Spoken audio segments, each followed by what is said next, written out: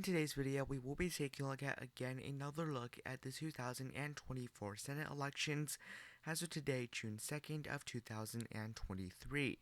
So the safe states have already been filled in, with Republicans at a heavy advantage at 47 seats, Democrats at 38, plus 2 independents that do caucus with the Democratic Party.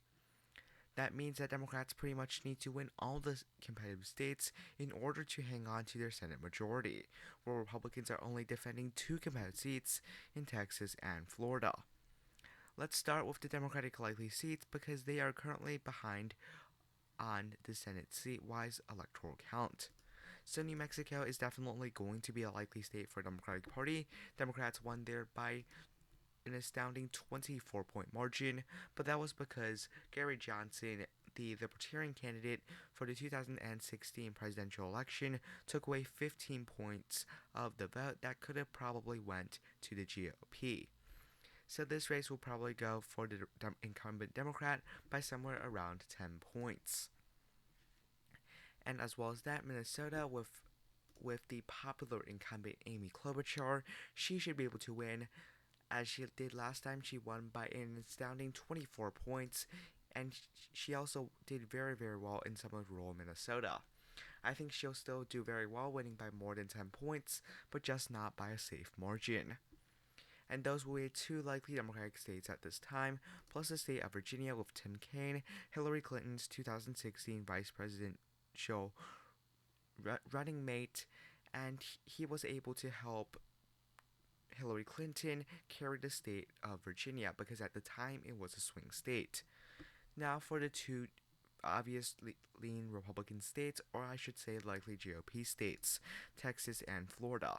Texas with Ted Cruz, where he barely won by just around a 2.6% margin and less than 220,000 votes last time. However, Beto O'Rourke has become more liberal on issues like gun control, which would make him less popular in the state of Texas. Further, Ted Cruz, I don't think he's that unpopular, so that I think he will be able to win by around 7 or 8 points, even against a relatively strong candidate of Beto O'Rourke.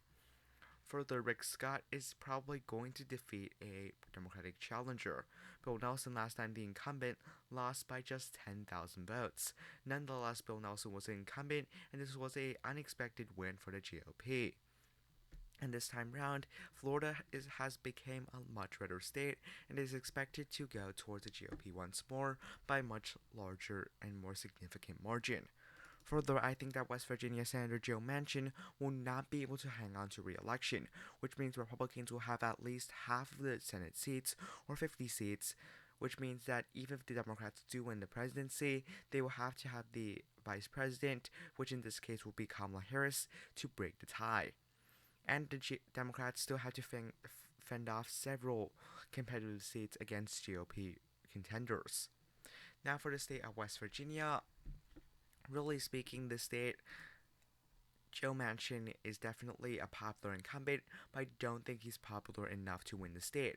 In reality, he has to win around 25 to 30% of GOP voters and pretty much 80% of independents, which is something that's nearly impossible to do in such a conservative state.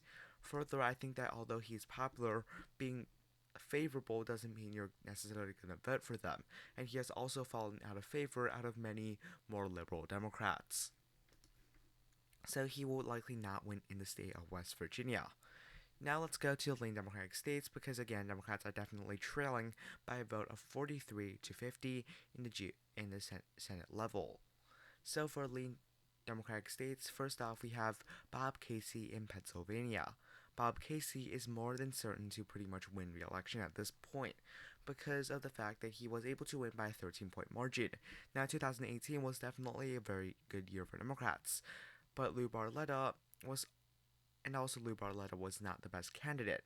Nonetheless, this was still an impressive win for Bob Casey, and I think based on this very strong performance, he should be able to win again in 2024, though the national environment will be far less favorable for the Democratic Party. I also think Joe Biden or any Democratic nominee I do think they will win the state of Pennsylvania on the presidential level against Donald Trump, which could give a boost to the Democratic Party and ultimately result in them winning the state. Now, also for the state of Michigan. Now, the incumbent there, which is Debbie Stabenow, is actually retiring, which means they will not seek re-election in Michigan. Nonetheless, I don't think a GOP candidate could actually win the state.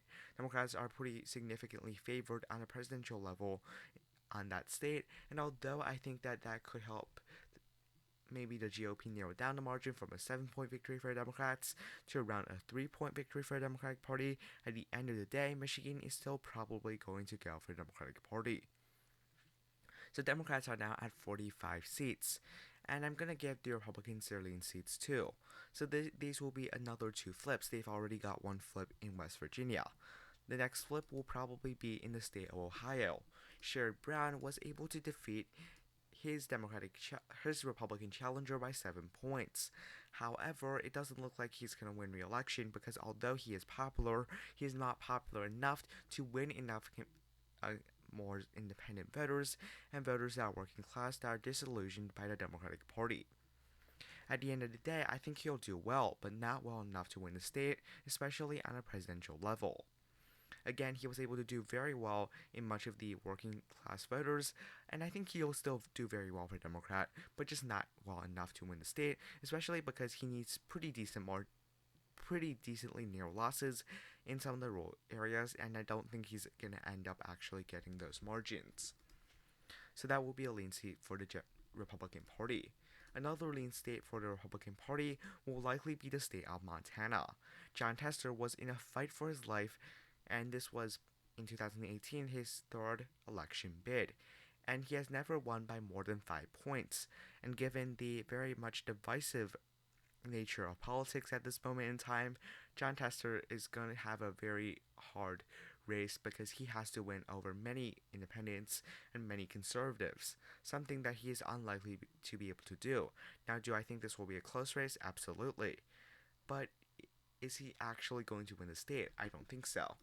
So this will be a state that goes to GOP, and they're up to 52 Senate seats right now. I do think that for the state of Wisconsin, Democrats still have a pretty good shot, because although 2018 was a Democratic wave year, Tammy Baldwin was able to win by 11 points, quite a significant margin. Again, all 3 of these Rust Belt Democrats, also known as the Blue Wall states, these 3 states all 3 have pretty strong Democratic incumbents, so they should be able to hang on. Tammy Baldwin is seeking re-election, and because they won by 11 points last election, I do think that they could probably end up winning the state once more. So I think that would be a tilt state because, again, the presidential election is likely to be less favorable for the Democratic Party in the state of Wisconsin. Nonetheless, I think this state could be a split ballot state, a state that votes for Donald Trump on the presidential election level over Joe Biden, but votes for Tammy Baldwin over a GOP candidate in the Senate level. Now we have 2 states left, Nevada and Arizona. Nevada, I do think Jackie Rosen is still expected to hang on by a very, very narrow margin.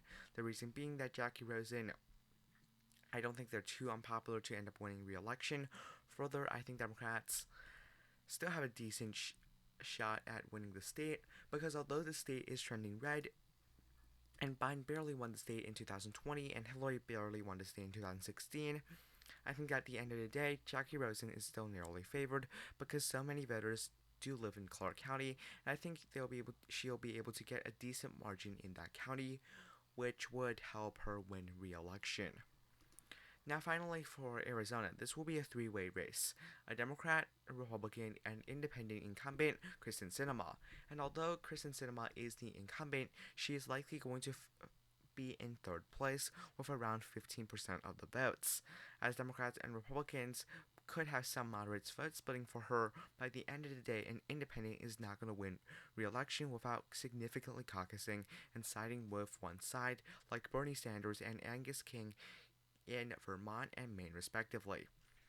And I think at the end of the day, because she was previously a Democrat, she'll split more of the Democratic vote, and that would help Republicans have a narrow edge in the state. I think the final vote total could be somewhere around 45% for GOP, 43% for Democrats, and a remainder for Kristen Sinema. Nonetheless, this would be a narrow win for the GOP. Anyways, Thank you for watching today's video. Be sure to like and subscribe to my YouTube channel. Thank you for watching. Have a nice day. See ya.